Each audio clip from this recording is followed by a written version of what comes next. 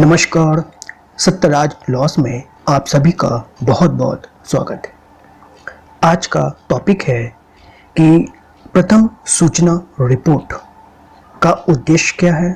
और इसका साक्षिक मूल्य क्या है, अर्थात what are the objectives and evidentiary values of first information report as given in criminal procedure code 1973। ठीक है फ्रेंड, आज का टॉपिक इसी पे आधारित है और अगले स्लाइड पे चलते हैं और इसे समझने का प्रयास करते हैं। फ्रेंड, आपको बताता चले कि फर्स्ट इंफॉर्मेशन रिपोर्ट यानी प्रथम सूचना रिपोर्ट जो है क्रिमिनल प्रोसीजर कोड में कहीं भी डिफाइंड नहीं है, लेकिन section 154 of the criminal procedure code 1973 को अगर ध्यान से पढ़ें तो इसके जो इंग्रेडिएंट्स हैं और जो इसके टर्म्स एंड कंडीशंस हैं उससे ये पता चलता है कि ये फर्स्ट इंफॉर्मेशन रिपोर्ट के बारे में बात करता है। ठीक है, तो चलिए सेक्शन 154 को देखते हैं। तो इसमें पहले लिखा हुआ है कि it has not been defined anywhere in this code but it is important as it is a statement made soon after the occurrence of any cognizant offense, before the memory of the informant gets faded or he can get an opportunity of fabrication of the same। यानी कि एक ऐसा important लिखित या मौखिक बयान होता है जो कि संज्ञेय अपराध की घटना की ओर इंगित करता है और जो सूचना दे रहा है यानी सूचनाकर्ता इन्फॉर्मेंट के दिमाग से निकल जाए इससे पहले उस सूचना को लिखित हो जाना आवश्यक है। ठीक है, और इसीलिए इसका नाम फर्स्ट इंफॉर्मेशन रिपोर्ट रखा गया है, यानी दूसरी तरह से कहें कि it is a first in point of time, यानी कि दस्तावेज के तौर पर भी देखें तो किसी भी अपराध का घटित होने के पश्चात जो सबसे पहला दस्तावेज तैयार होता है वो यही है फर्स्ट इंफॉर्मेशन रिपोर्ट। ठीक है, और इसको जल्द से जल्द तैयार करना इसलिए जरूरी होता है कि कहीं ऐसा ना हो कि जो सूचना करता है वो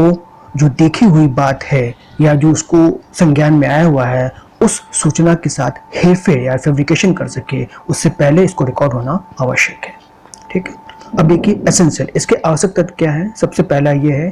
कि every information related to commission of cognitive offence, यानी कि एफआईआर में देखिए अपराध दो प्रकार का होता है, संज्ञेय या असंज्ञेय। संज्ञेय अपराध जो है वो होते हैं जो कि काफ़ी हेनियस टाइप के होते हैं। ठीक है, और क्रिमिनल प्रोसीजर कोड के पीछे शेड्यूल में वो पूरे सेक्शंस का मेंशन किया हुआ है जो इंडियन पैनल कोड में सेक्शन 1 से लेकर के 511 तक के सेक्शन में कौन कौन से सेक्शन कॉग्निजेबल, कौन से नॉन कॉग्निजेबल, कौन से बेलेबल, कौन का नॉन बेलेबल है, वो सारा लिस्ट जो है पीछे दी हुई है। वहाँ से जो है हम ये मानते हैं कि ये अपराध संज्ञेय है, कौन सा अपराध असंज्ञेय होगा। ठीक है, यानी कि एक मोटा मोटी देखा जाए तो संज्ञेय अपराध वो होते हैं जो हीनियस क्राइम होते हैं। ठीक है, और जो हीनियस क्राइम नहीं होते, जो बहुत माइनर टाइप के ऑफेंस होते हैं जिसमें सजा कम से कम होती है, 2 या 3 साल की सजा होती है, 2 साल तक की जो सजा होती है, वो यूजुअली नॉन कॉग्निटिव ऑफेंस होते हैं। ठीक है, अब मोस्टली जो है कॉग्निटिव ऑफेंस जो है वो 2 साल से ऊपर के लिए होता है।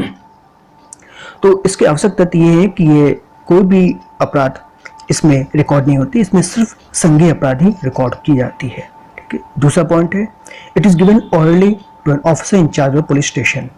पुलिस स्टेशन यानी पुलिस ऑफिसर जो पुलिस स्टेशन है उसको 2O of the criminal procedure code define किया हुआ है, उसको लिखित रूप से या मौखिक रूप से जैसे भी हो वो रिकॉर्ड कराना जरूरी है जो संज्ञेय अपराध से संबंधित है। और ऐसी स्टेटमेंट की रिकॉर्डिंग जो है एक विशेष डायरी होती है जिसे हम जनरल डायरी या केस डायरी कहते हैं, जो गवर्नमेंट पुलिस को प्रदान करती है, उसमें रिकॉर्ड होना जरूरी है। वो डायरी हमेशा पुलिस स्टेशन में रखी रहती है। ठीक है, तीसरा है जब ये स्टेटमेंट जो सूचनाकर्ता दे रहा है जब लिखित हो जाएगा तो एक बार जो लिखने वाला है, जो भी पुलिस ऑफिसर लिख रहा है, उसे एक बार पढ़ के सुनाएगा सूचनाकर्ता को। ठीक है, और नेक्स्ट है कि जब उसे लगता है कि सूचनाकर्ता उसे पूरा सूचना सुन लेता है लिखने के बाद, उसे लगता है कि इसमें कोई हेरफेर की जरूरत नहीं है, इसमें कोई चेंज करने की जरूरत नहीं है, तो उसके बाद फाइनली उसमें वो साइन कर देता है नीचे, जिससे पता चले कि हाँ इसी ने इन्फॉर्मेशन दिया हुआ है और इसके कहने के अनुसार ही पुलिस ऑफिसर ने उस सूचना को रिपोर्ट की है, ठीक। और उसकी कॉपी, जो 5वां पॉइंट है, copy of the same is also provided to the informant free of cost, उससे कोई लागत नहीं ली जाएगी। एपेक्स कोर्ट ने सोमभाई वर्सेस गुजरात 1975 में एक बात को कंफर्म किया है कि अगर कोई इन्फॉर्मेशन जो संज्ञेय अपराध से संबंधित है और टेलीफोन पर दी जाती है और सूचनाकर्ता की आइडेंटिटी, उसकी पहचान अगर ज्ञात हो जाता है, तो फिर वो सूचना जो दी गई है फ़ोन से, उसे एफआईआर के तौर पे ट्रीट की जा सकती है। अर्थात अगर इन्फॉर्मेंट की आइडेंटिटी किसी वजह से प्रूफ नहीं हो पा रही है या उसकी पहचान होना मुश्किल हो रहा है, तो फिर पुलिस ऑफिसर जो है उस स्टेटमेंट को एफआईआर ट्रीट नहीं करेगी, लेकिन हाँ, इन्फॉर्मेशन को कहीं लिखेगी और जाकर के सत्यता को जांचेगी कि वास्तव में जो इन्फॉर्मेशन दी गई कितना सच है। और ऐसा प्लेट ऑफ अकरेंस, और ये जहाँ से फ़ोन की गई थी या जिस चीज़ की सूचना दी गई थी, पहले जब कंफर्म हो जाएगा, पुलिस उस स्पॉट पे जाएगी और वहाँ लगेगा कि हाँ ऐसी सूचना दी गई वो सच है, तो ही उसके बाद ही उस इन्फॉर्मेशन को एफआईआर ट्रीट की जाएगी। 2013 के सीआरपीसी अमेंडमेंट में कुछ प्रोवाइजो जोड़े गए हैं, जैसे कि अगर कोई information related to cognitive offence अगर वुमेन के द्वारा या वुमेन के खिलाफ घटित हुआ है, जैसे 326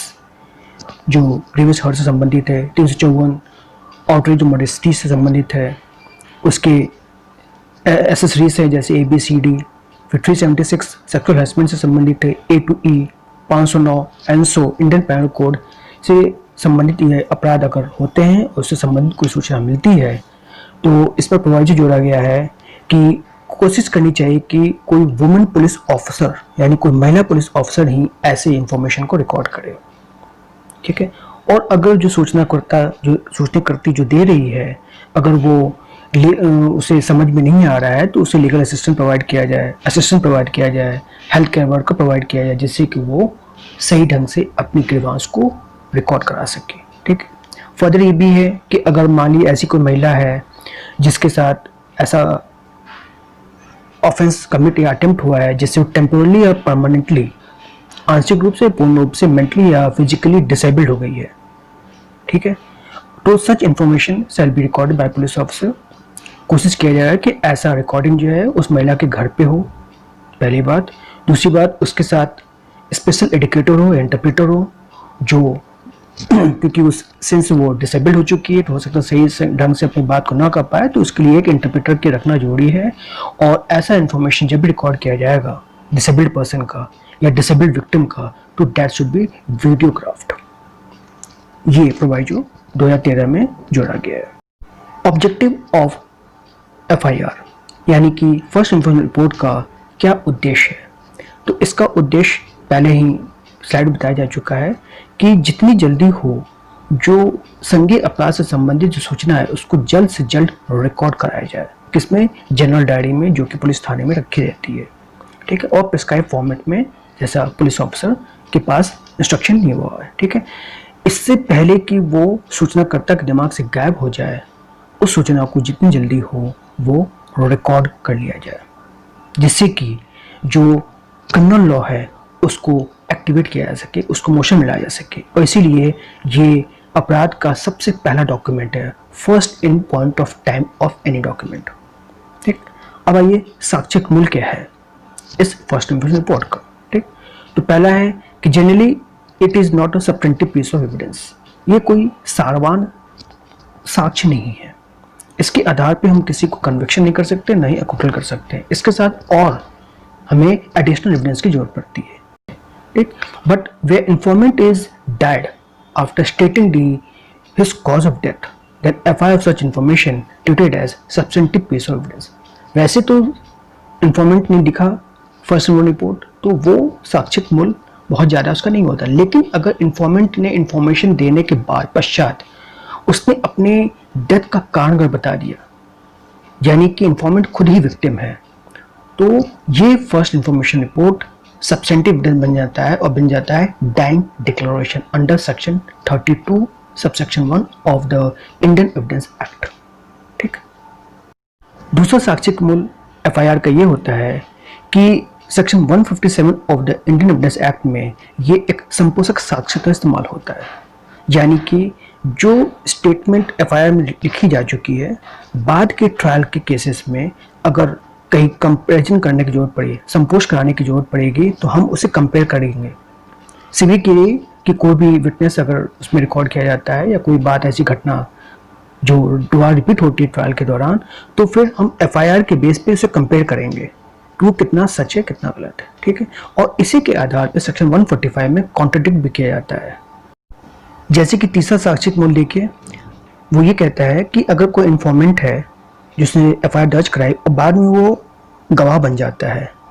ठीक है, तो अपने गवाह अपने स्टेटमेंट से मुकरना, इसलिए उसकी क्रेडिबिलिटी जो है एफआईआर के बेस पे फिर टेस्ट की जाती है कि एफआईआर जब लिखा जाए तो उस समय उसने वो कहा था, वो अभी जब उसका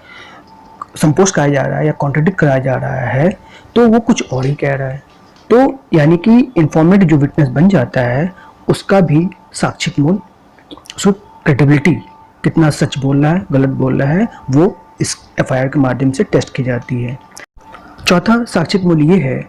कि अगर कोई आरोपित व्यक्ति ही एफआईआर लिखाता है, यानी कि ये भी हो सकता है कि जिस समय सूचना उसने दिया उस समय वो आरोपित नहीं था, लेकिन बाद में जो है कुछ ऐसे साक्ष्य में जिससे ये इन्फॉर्मेंट ही अक्यूज्ड नजर आ रहा है, तो फिर ऐसी कंडीशन में एफआईआर उसके खिलाफ इस्तेमाल नहीं होगा। क्यों? क्योंकि आर्टिकल 20 जो प्रोटेक्शन अगेंस्ट कन्विक्शन, वो उसका डिफेंस वो ले सकता है। और यही बात जो है supreme court Nisar Ali versus UP 1957 में आपको हेल्ड किया हुआ है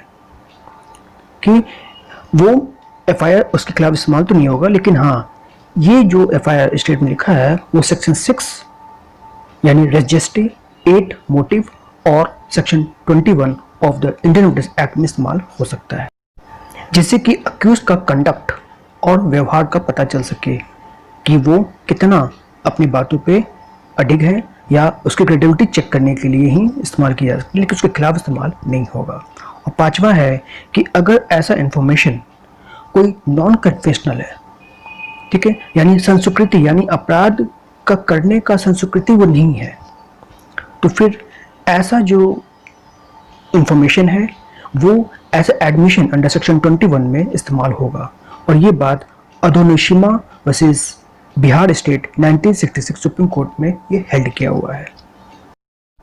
अब और शॉर्ट में अगर समझना चाहें कि एफआईआर का साक्षिक मूल क्या है, तो हम देखते हैं कि एफआईआर नॉर्मली जो है it is not a substantive piece of evidence, ये कोई सारणभाग साक्ष्य नहीं होता है, क्योंकि इसे ना तो शपथ भी ली जाती है ना इसका क्रॉस एग्जामिनेशन होता है, और सबसे बड़ी बात ये जो स्टेटमेंट दी गई है वो पुलिस ऑफिसर को दी गई है। अब पता नहीं पुलिस ऑफिसर ने कैसे स्टेटमेंट लिया है, उस पर किस प्रकार का टॉर्चर किया हुआ है,